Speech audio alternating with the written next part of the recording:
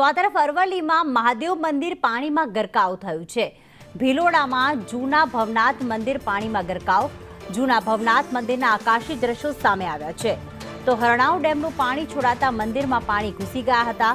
ભિલોડામાં મહાદેવ મંદિર પાણીમાં ગરકાવ થઈ ગયું છે। જૂના ભવનાથ મંદિર એ પાણીમાં જે છે તે ગરકાવ થઈ ગયું છે। મંદિર જાણે ટાપુમાં ફેરવાઈ ગયું હોય તેવા દ્રશ્યો અત્યારે જોવા મળી રહ્યા છે। મહાદેવ મંદિર પાણીમાં ગરકાવ।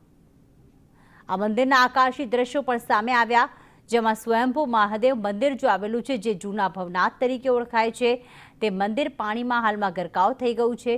આકાશી દ્રશ્યોમાં સમગ્ર જગ્યાએ જળ જ જળ જોવા મળી રહ્યું છે, કે જળનું સામ્રાજ્ય જોવા મળી રહ્યું છે અને વચ્ચોવચ્ચ મહાદેવનું મંદિર છે તે હાલમાં પાણીમાં ગરકાવ।